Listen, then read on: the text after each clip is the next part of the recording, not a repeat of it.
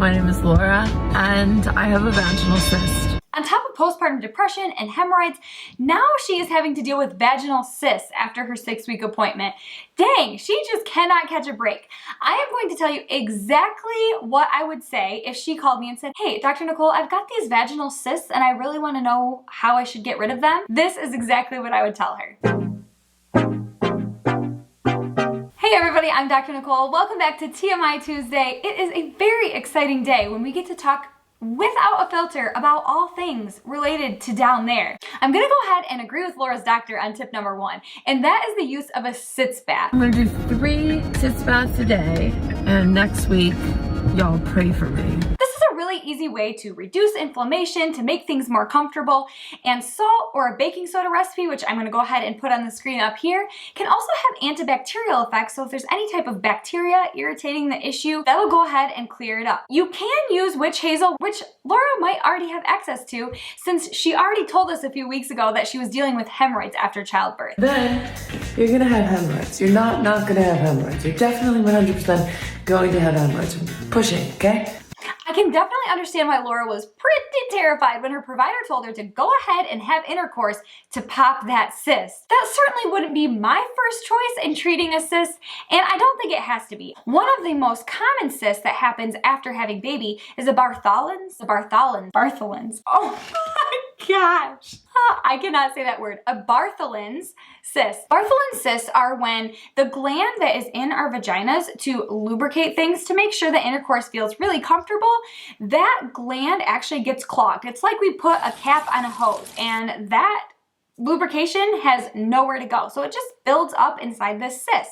So if Laura were to go ahead and try to have intercourse, she becomes aroused, her body produces lubricant, that cyst is going to fill up with more fluid. And that could make things even a little bit more uncomfortable. Now, she didn't say that she for sure has a Bartholin's cyst, so maybe she has a different kind of cyst, and maybe intercourse is recommended. From what I saw from Laura's video, which if you haven't already watched it, you should definitely go watch her video. I'm gonna link it in the description below. She's already having pain with walking and noticing some swelling, and that's actually why she called the doctor in the first place. So if you're having pain with just walking, the thought of sticking something into your vagina seems kind of terrifying. And on top of that, public service announcement here, at the 6-week mark, we are not all ready to have intercourse. I come in there, I'm like, it's uncomfortable to walk. She's like, have sex. Yeah.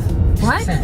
You test with it. Next week? I was like, what if my vaginal cyst is still there? Laura doesn't sound like she's ready. I certainly was not ready myself, and there are many, many other women out there that hit that 6-week mark, they get clearance from their provider, and they're still like, no, that ain't happening.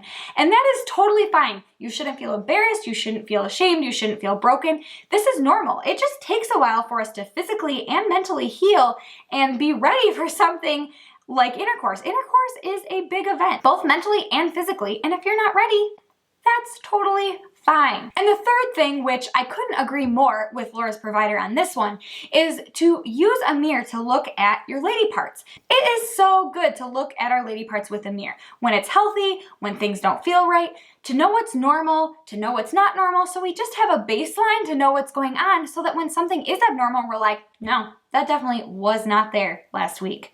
All that being said, it's super important to look for signs of infection. If you notice extra swelling, redness, fever, chills, pus, especially if it has a weird smell to it, coming out of that cyst, these are good reasons to call your provider. If your provider says, you already called me about that last week and I told you it was fine, go ahead and get a new provider, because they are definitely not listening to you and your needs. But I think that most providers would go ahead and say, yes, that is a reason we should take a look at things, make sure everything's okay, because if there is infection, then we'd probably want to start treating it with antibiotics or think about draining it or other methods of taking care of your cyst. If you love learning about your lady parts, and I use the word lady parts because YouTube doesn't like it when I use the V word, I would love to have you subscribe to this channel. We learn all about lady parts on this channel on a very, very regular basis, and I would love to have you here with me.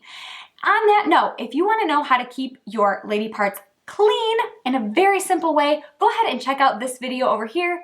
That is what it's all about. It's been a pleasure hanging out with all of you today. I will see you in the next video.